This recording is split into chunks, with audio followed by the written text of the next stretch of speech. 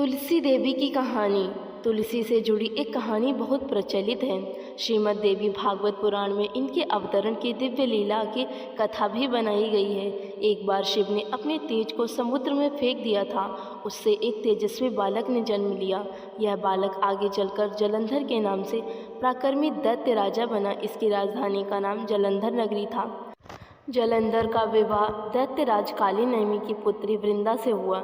जलंधर एक महाराक्षस था। अपनी सत्ता के मद में चूर उसने माता लक्ष्मी को पाने की कामना से युद्ध किया, परंतु समुद्र से ही उत्पन्न होने के कारण माता लक्ष्मी ने उसे अपने भाई के रूप में स्वीकार किया। वहां से पराजित होकर वह देवी पार्वती को पाने की लालसा से कैलाश पर्वत पर गया।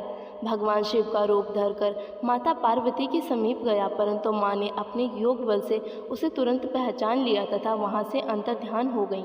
देवी पार्वती ने क्रुद्ध होकर सारा वृतांत भगवान विष्णु को सुनाया।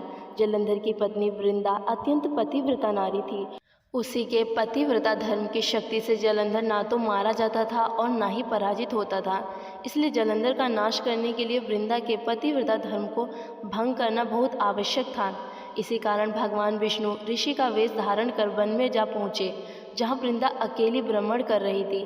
भगवान के साथ दो मायावी राक्षस भी थे, जिन्हें देखकर वृंदा भयभीत हो गई। ऋषि ने वृंदा के सामने दोनों राक्षसों को भस्म कर दिया।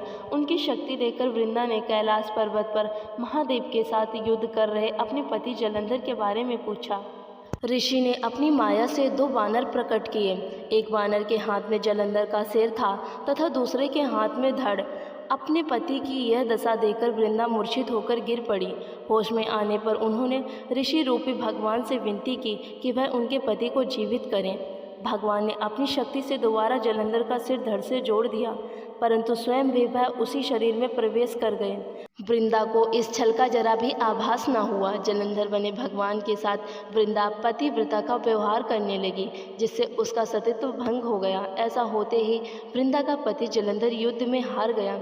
जब ये सारी लीला का पता वृंदा को चला तो उसने क्रोध में आकर भगवान विष्णु को शीला होने का श्राप दे दिया तथा स्वयं सती हो गई। जहाँ वृंदा भस्म हुई वहाँ तुलसी का पौधा उगा। भगवान विष्णु ने वृंदा से कहा, हे वृंदा, तुम अपने सतीत्व के कारण मुझे लक्ष्मी से भी अधिक प्रिय हो गई हो। अब तुम तुलसी के रूप में सदा मेरे साथ रहोगी। जो मनुष्य भी मेरे शालिग्राम रूप के साथ तुलसी का विवाह करेगा, उसे इस लोक और परलोक में विपुल यश प्राप्त होगा। जिस घर में तुलसी होती है वहाँ यम के दूत भी असमय नहीं जा सकते। गंगा व नर्मदा के जल में स्नान तथा तुलसी का पूजन बराबर माना जाता है। उसी दैत्य जलंधर की यह भूमि जलंधर नाम से विख्यात है। सती वृंदा का मंदिर मोहल्ला कोट के संचंद में स्थित है। कहते हैं इस स्थान पर एक प्राचीन गुफा थी जो सीधी हरिद्वार तक जाती थी। सच्चे मन से 40 दिन तक सती वृंदा देवी के मंदिर में पूजा करने से सभी मनोरथ पूर्ण होती हैं। कहानी पसंद आई है तो इसे लाइक ज़रूर करें।